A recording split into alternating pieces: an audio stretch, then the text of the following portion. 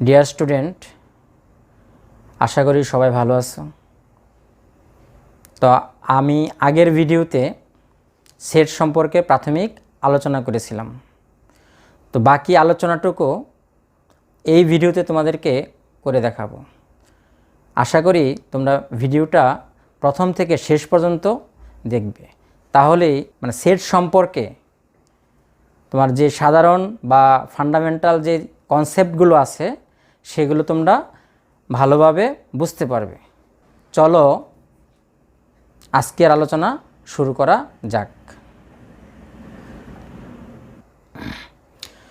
তো আগের ভিডিওতে আমি সেটের প্রকাশ পদ্ধতি, তারপরে সেটের প্রকারভেদ এগুলো নিয়ে আলোচনা করা হয়েছিল। আজ আমরা ভেন চিত্র থেকে শুরু করব। তো ভেন চিত্র কি? তাহলে ভেন চিত্র হলো চিত্রের সাহায্যে সেটকে প্রকাশ করাকেই বলা হয় ভেন চিত্র। জন ভেন নামক একজন গণিতবিদ এই চিত্রের প্রবর্তন করেন। তার নাম অনুসারে হয়েছে ভেন চিত্র। তো এই ভেন চিত্রকে আয়তাকার, বৃত্তাকার বা ত্রিভুজাকার ক্ষেত্র দ্বারা প্রকাশ করা হয়। যেমন দেখো,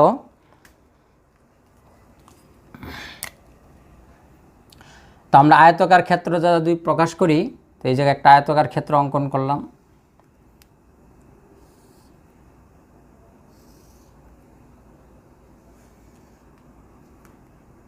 এই একটা আয়তাকার ক্ষেত্র, এটাকে যদি আমরা ইউ দ্বারা প্রকাশ করি সার্বিক সেট সম্পর্কে আমি পরে আসছি বোঝানোর জন্য, বা পরে বোঝাবো। এই জায়গায় আয়তাকার ক্ষেত্রের যত উপাদান থাকবে সেই উপাদানগুলো হবে কি এই সার্বিক সেটের বা আয়তাকার সেটের উপাদান। এছাড়াও এরকম হতে পারে বৃত্তাকার ক্ষেত্র।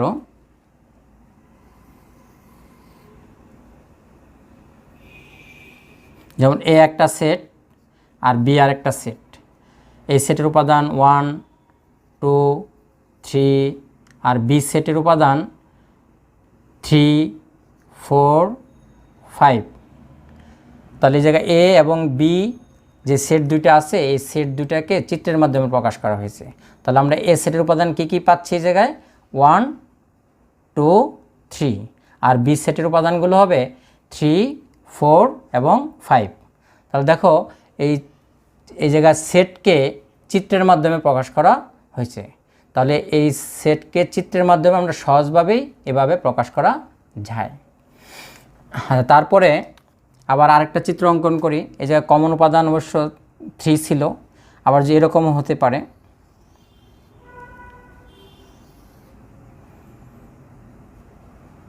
এটা থেকে যদি আমরা আয়তাকার ক্ষেত্রের মধ্য নিতে পারি,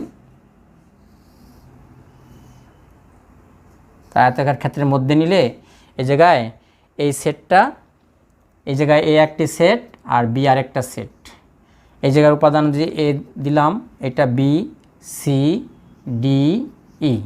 তাহলে আমরা এই জায়গায় লিখতে পারি এ হলো এ, বি, সি আর বি সেট হলো সি, ডি, ই।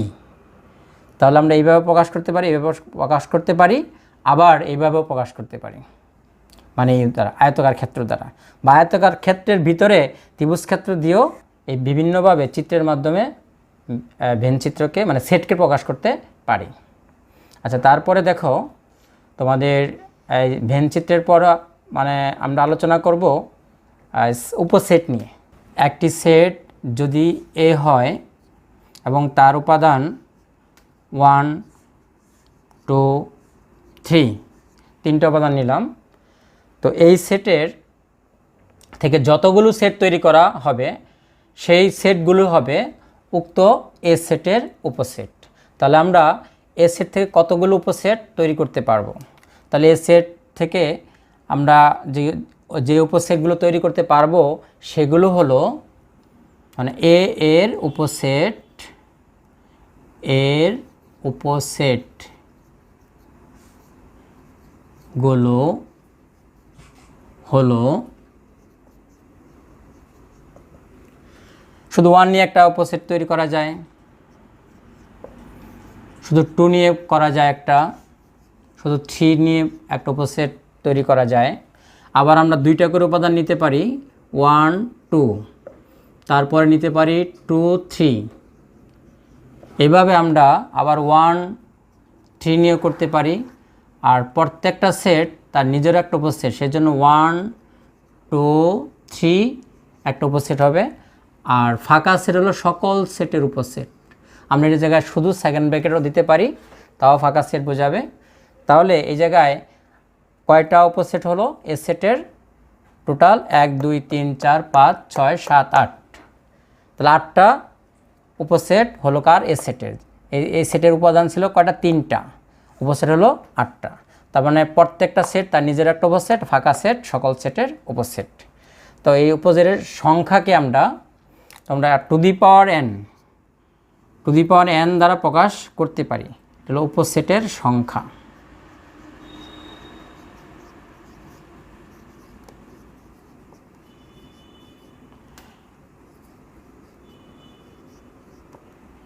উপসেটের সংখ্যা নির্ণয় এভাবে করা যায়। যেমন ধরো যে এই জায়গায় 3টা উপাদান ছিল, আমরা যদি n এর মান 3 বসিয়ে দেই তাহলে পাওয়া যাবে 2 কিউব। 2 কিউব মানে 8, তাহলে এই সেটে আমরা 8টা উপসেট পেয়েছি। একইভাবে যদি আরেকটা সেট b সমান a b, এই জায়গায় 2টা উপাদান আছে, তো 2টা উপাদান থাকলে তার উপসেট টু দি পাওয়ার, যেহেতু উপাদান 2টা n এর জায়গায় বসবে কত? 2, তাহলে হবে কত? 4। তাহলে বি সেটের উপসেট হবে 4টা।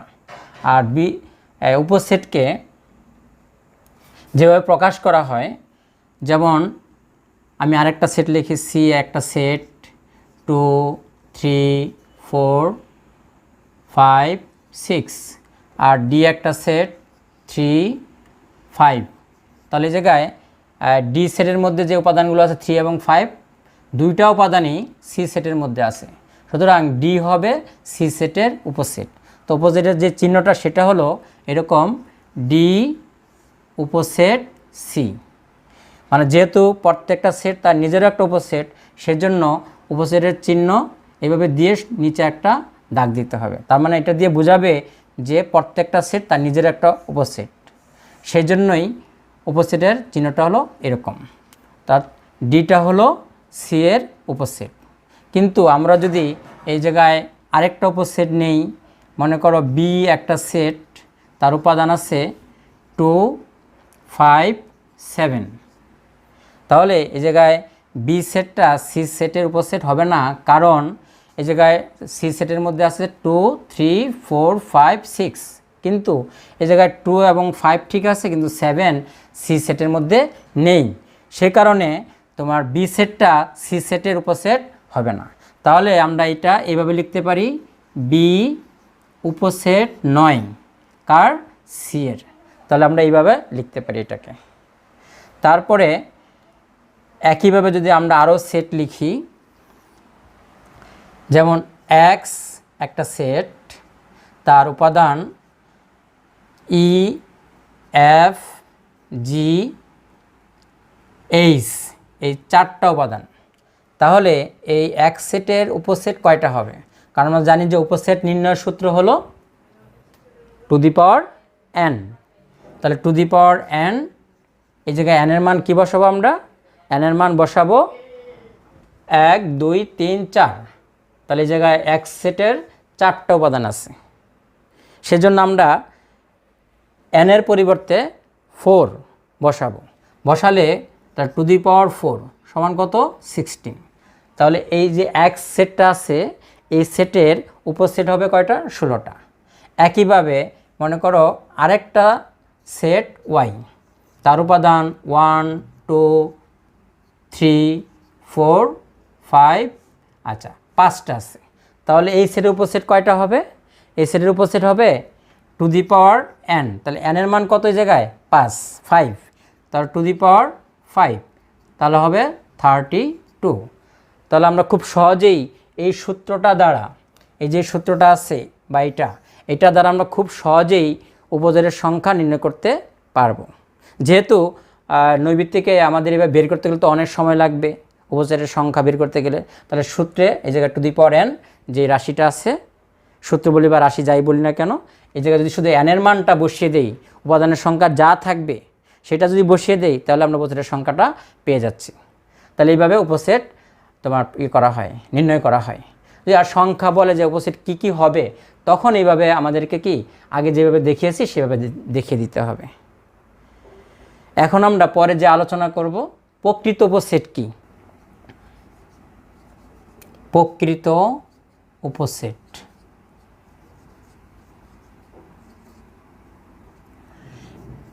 একটি সেট, তার উপাদান 2, 4, 6। এখন যদি আমরা এর উপসেট বের করি, তাহলে আমরা তো এখন শিখলাম যে টু দি পাওয়ার n, অর্থাৎ n এর মান হলো 3, তাহলে এই জায়গায় 8টা উপসেট হবে। আমরা জানি যে ফাঁকা সেট সকল সেটের উপসেট, আর হলো তোমার প্রত্যেকটা সেট তার নিজের একটা উপসেট। তাহলে এই জায়গায় টোটাল 8টা উপসেট হবে। কিন্তু যখন প্রকৃত উপসেট বের করব, তখন সে শুধু নিজে হবে না, আর বাকি সবগুলি হবে কি প্রকৃত উপসেট। কারণ প্রকৃত উপসেটের যে সংখ্যাটা হবে বা উপসেট হবে, সেটা নির্দিষ্ট সেটের থেকে কমপক্ষে একটা উপাদান কম থাকতে হবে, তাহলে সেটাকে বলা হবে প্রকৃত উপসেট। যেমন এই সেটের যে 8টা উপসেট আছে, তার মধ্যে শুধু যদি সে নিজে যদি না হয় আর বাকি তাহলে 7টা থাকবে, সেটা হবে প্রকৃত উপসেট। যেমন তাহলে আমরা টু দি পাওয়ার n-1 এই যে রাশিটা আছে, এই রাশি দিয়ে আমরা প্রকৃত উপসেট নির্ণয় করতে পারবো। তো এই জায়গায় আছে এই এ সেটের 3টা উপাদান আছে, 2, 4, 6। তো এখন যদি আমরা n এর জায়গায় 3 বসিয়ে দেই, তাহলে টু দি পাওয়ার 3 মানে 2 কিউব -1, তাহলে 2 কিউব মানে 8 -1 সমান 7। তাহলে এই সেটের 7টা প্রকৃত উপসেট হবে। একইভাবে যদি আরেকটা সেট B হয়, তার উপাদান A, B, C, D, তো আমরা যদি টু দি পাওয়ার n এই জায়গায় উপাদানের সংখ্যা বসাই, তাহলে হবে টু দি পাওয়ার 4 মানে 16। কিন্তু প্রকৃত উপসেট কত হবে? এটা তো হবে 16 হলো তোমার হবে উপসেটের সংখ্যা, কিন্তু প্রকৃত উপসেট কত হবে? তার চেয়ে একটা কম হবে। তাহলে শুধু সে নিজে হবে না, আর বাকি সবগুলো সেটই হবে কি তার প্রকৃত উপসেট। তাহলে আবার বলি আমরা যে প্রকৃত উপসেট প্রত্যেকটা সেট নিজের যে একটা উপসেট, সেই উপসেট ছাড়া বাকি সবগুলো সেটই হবে প্রকৃত উপসেট। তাহলে আমরা এই সূত্রের মাধ্যমে প্রকৃত উপসেটের সংখ্যা নির্ণয় করতে পারি, বা এমনি যে উপসেটের সংখ্যা যা হবে তার চেয়ে একটা কম হবে প্রকৃত উপসেট। এবার সার্বিক সেট নিয়ে আলোচনা করব। তাহলে সার্বিক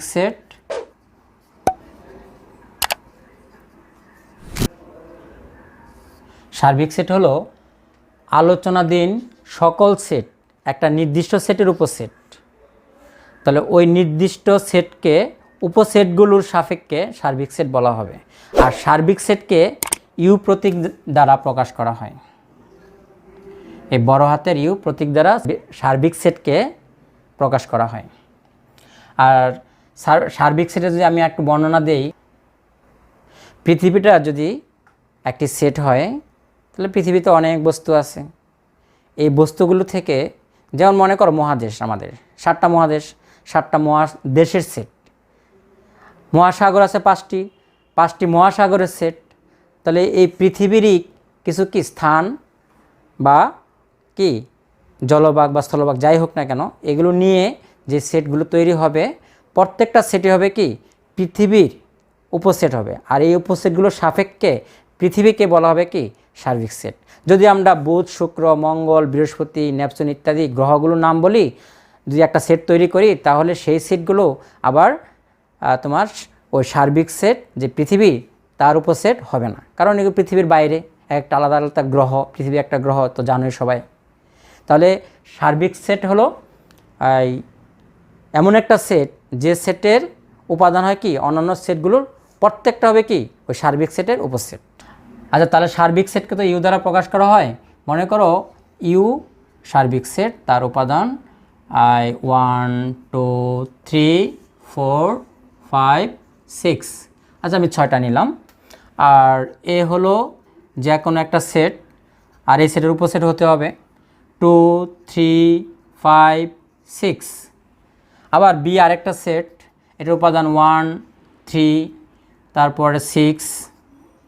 তাহলে এই জায়গায় হলো বি আরেকটা সেট, এইভাবে লিখে আমরা সি, তাহলে 1 4 5 6। তাহলে সি সেটটাও কী হবে এই ইউর যে সার্বিক সেট আছে তার উপর সেট।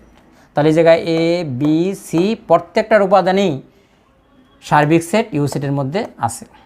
তাহলে এই ইউ সেটের উপসেট হবে এই এ set B set R she said. কিন্তু আমি যদি এইভাবে লিখি যে ডি আর একটা সেট, তার উপাদান হলো 2 4 7। এই জায়গায় দুইটা উপাদান আছে, কিন্তু যে 7 নাম্বার মানে 7 যে সংখ্যাটা আছে সেটা সার্বিক সেটের মধ্যে নেই। তাহলে এই ডিকে আমরা ইউর উপসেট বলতে পারবো না। তো এবার আসি পূরক সেট নিয়ে। পূরক সেট হলো, আমরা জানি যে সার্বিক সেটের সকল সেটের সার্বিক সেটের উপসেট। তাহলে কোনো একটা সেটের যে উপাদানগুলো আছে সেই উপাদানগুলো সার্বিক সেট থেকে বাদ দিলে যে উপাদান বাকি অবশিষ্ট যে উপাদানগুলো থাকবে সেই উপাদানগুলো নিয়ে যে সেট হবে সেটি হবে কি তার পূরক সেট। তাহলে ইউ যদি সার্বিক সেট হয়, তার উপাদান যদি 1 2 3 5, আচ্ছা 5 পর্যন্ত ধরলাম, আর এ আরেকটা সেট, তার উপাদান হলো 1 3 5। তাহলে এই জায়গায় ইউর উপসেট হলো এ, এর মধ্যে 1 আছে 3 আছে আর 5 আছে। তাহলে এই তিনটা উপাদান ছাড়া যে উপাদানগুলো থাকবে সেটি হবে কি এর পূরক সেট। তাহলে 1 3 5 বাদ দিলে থাকে হলো 2, তাহলে 2টাই হবে এ সেটের পূরক সেট। তাই এইভাবে প্রকাশ করা হয়, কারণ সার্বিক সেটের তোমার ইংরেজিতে বলা হয় complement of a set A C দ্বারা, অথবা এভাবে প্রকাশ করতে পারি এ প্রাইম। তাহলে যেহেতু সার্বিক সেট থেকে তোমার তার যে উপসেট সেটা মাইনাস করতে হবে, মানে বিয়োগ করতে হবে, বাদ দিতে হবে, তাহলেই তার পূরক সেট পাওয়া যাবে। তাহলে এ প্রাইম বা এ সি মানে a complement of A C বা এ প্রাইম সমান ইউ বাদ এ, এটাকে ইউ বাদ এ পড়া হয়, অনেকে এ ইউ মাইনাস এও পড়া হয়, মানে পড়ে। এটাকে আবার এইভাবে প্রকাশ করা হয়, ইউ এই চিহ্ন দিয়ে এইভাবেও প্রকাশ করা যায়, দুইভাবেও হতে পারে। আবার যদি বি একটি সেট হয়, আরেকটি সেট যেটা ইউ সেটেরই উপসেট হবে, মনে করো 2 আর 5, তাহলে বি প্রাইম কী হবে, মানে বি এর উপসেট কী হবে, বি প্রাইম সমান ইউ বাদ বি হবে। তাহলে আমরা যদি এই জায়গায় বের করি, তাহলে এই 2 আর 5 বাদ যাবে, বাদ গিয়ে সার্বিক সেট থেকে তাহলে 1 হবে 3 হবে, এই দুইটা হবে। তাহলে ইউ হলো 1 2 3 5 বাদ, আর বি সেটটা হলো 2 আর 2 5। এখন কমন দুইটা আছে, 2 আছে বাদ, তাহলে 1 বাকি থাকবে আর 3 থাকবে, আর 5 কমন এটা বাদ, তাহলে এই দুইটা উপাদান বাকি থাকে আমাদের। তাহলে বি এর পূরক সেট হলো বি প্রাইম। তাহলে দেখো বি প্রাইম আর বি এর যে উপাদানগুলো আছে সম্পূর্ণ ভিন্ন। তাহলে এই উপসেট মানে সার্বিক সেটের মধ্যে যে উপাদানগুলো আছে আর বি এর উপাদানগুলো বাদ দিলে আমরা পাচ্ছি এই জায়গায় 1 আর 3। তাহলে 1 আর 3 নিয়ে যে সেটটা হলো সেটি হলো বি এর পূরক সেট। একইভাবে এই জায়গায় এ সেটের উপাদানগুলো বাদ দিলে ইউ সেটের যে উপাদানগুলো থাকবে সেটি হবে কি তার পূরক সেট। যেমন এটা যদি আমরা লিখি তাহলে ইউ ছিল 1 2 3 5, এটার থেকে বাদ যাবে আমাদের 1 3 5, তাহলে এই জায়গা হবে 1 3 5। তাহলে বাকি থাকবে এই জায়গায় শুধু 2 বাকি থাকবে, আর 3টা কমন আছে। তাহলে এই জায়গায় এ প্রাইম বা এ সি হবে এ সেটের পূরক সেট। তাহলে সার্বিক সেট থেকে কোনো সেটের উপাদানগুলো বাদ দিলে যে সেট পাওয়া যায় সেই সেটটাই হবে উক্ত সেটের পূরক সেট। তো এবার আসি সংযোগ সেট নিয়ে। যদি এ একটি সেট হয় A B C, R B হলো আরেকটা সেট, এটার উপাদান এ সি এবং ডি। তাহলে এ আর বি দুটাকে যদি আমরা একত্র করি তাহলে তাদের কি সংযোগ সেট পাওয়া যাবে। তাহলে এটাকে চিহ্ন এইভাবে প্রকাশ করা এ ইউনিয়ন বি বা এ সংযোগ বি, অথবা আরেকভাবে প্রকাশ করা যায় এ কাপ বি, কারণ কাপের উপরের দিকে খোলা, সেটা আমরা এ কাপ বিও বলতে পারি, বা এ ইউনিয়ন বি অথবা এ সংযোগ বি। এখন এ সেট হলো এ বি সি, এ সেটের উপাদান, ইউনিয়ন আর বি সেটের উপাদান এ সি ডি। তাহলে এই জায়গায় আমাদের দুইটা সেটের সংযোগ হবে কিভাবে, কমন উপাদান এবং আনকমন যে উপাদানগুলো আছে সেই উপাদানগুলো নিয়ে যে সেট তৈরি হবে সেটি হবে তার সংযোগ সেট। তাহলে এখানে এ আছে কমন, এর একটা হবে এর মধ্য থেকে, তারপরে বি আনকমন, বিটাও লিখতে হবে কিন্তু যে ক্রম অনুসারে লিখতে হবে, লেটারের যে ক্রমটা আছে সেই অনুসারে লিখব। তাহলে আমরা পরে বি এর পরে কি সি কমন আছে, সিটা লিখি পরে, তারপরে কি হবে আনকমন আর একটা ডি আছে। তাহলে এই জায়গায় এ সংযোগ বি হলো এ বি সি ডি, এটা হলো সংযোগ সেট। একইভাবে আমরা আবার যদি আরেকটা উদাহরণ দেই, তাহলে মনে করো সি একটা সেট 1 2 3 4 5 আর ডি আরেকটা সেট 2 3 5। আমরা যদি এই সেটের সংযোগ সেট, দুটা সেটের সংযোগ সেট বের করি তাহলে সি ইউনিয়ন ডি, তাহলে হবে 1 2 3 4 5, আর জায়গায় ইউনিয়ন 2 3 5। তাহলে কমন আনকমন সবগুলো হবে। আবার সিরিয়াল লিখতে হবে আমাদেরকে, 1 আছে প্রথমে 1 হবে, পর 2 কমন 2 হবে, আর 3 কমন 3 হবে, 4 আনকমন 4 হবে, তারপরে 5 আবার কি কমন দুই জায়গা থেকে একটা হবে। তাহলে 1 2 3 4 5। তাহলে সি এবং ডি সেটের সংযোগ সেট হলো কি তোমার এই দুইটা সেটের উপাদান একত্র করলে, মানে কমন আনকমন উপাদান নিয়ে যে সেটটা তৈরি হবে সেটি হবে সি এবং ডি এর তোমার সংযোগ সেট। এবার আসি সেট সেট নিয়ে। তাহলে সেট সেট, এবার অন্য আমরা উপাদান দুইটা মানে দুইটা সেটকে প্রকাশ করি অন্যভাবে। যদি তোমার এইচ একটি সেট হয়, তার উপাদান যদি 2 4 6 8, মানে জোড় সংখ্যার আমি লিখলাম 4টা। আরেকটি সেট আই, উপাদান যদি হয় 1 3 4 7, তাহলে এই দুইটা সেটের শেষ সেট কী হবে এবং এটা কিভাবে প্রকাশ করা হয় শেষ সেটকে সেটাও দেখাচ্ছি। তাহলে এই জায়গায় এইচ এটা হবে এরকম, মানে এটা হলো ক্যাপ, আমরা যে মাথায় ক্যাপ পরি সেইভাবে এই ক্যাপটাও নিচের দিকে খোলা, এটাও নিচের দিকে খোলা।